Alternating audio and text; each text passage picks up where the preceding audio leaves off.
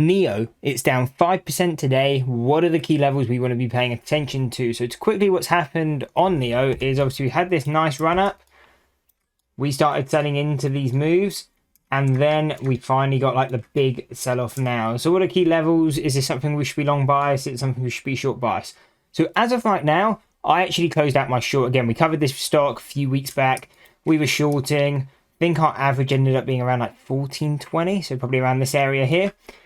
And again, we've now closed out completely coming into this anchor VWAP. So coming into about $11, that's where we closed out completely. I got no more position in NIO. And the reason for that is where we're coming into. So again, we've been selling off. If you're short bias, my absolute final target is 9.90. Because again, you've got the $10 big psychological level. You've got the year-to-date anchor VWAP. That's this 10.18 level. And then at 9.90, you've got fair value. So again, me as a reversal trader, I'm looking to trade these overbought areas and trade it down into its fair value. So again, that's what we've basically done now.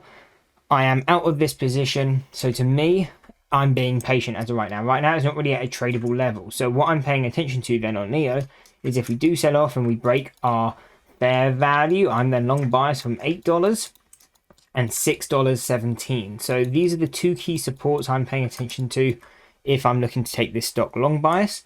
On the other hand, if price starts to increase from now, then we do have resistances at around 11.75, 11.40. Again, not that extremely overbought. We don't tend to trade these first deviations all that much, just because, again, it's too kind of close to that fair value. So I'm not really paying attention to those levels, and instead waiting for a move to $13.65 or $18.50. And both of these is when I can turn short bias. Now, this 13.65 again is a short bias level, but again, that is somewhere we've hit relatively recently. So if we do take it, I tend to trade smaller size. If I'm going in with big size, I prefer to either be at a 6-month or 1 year high or low.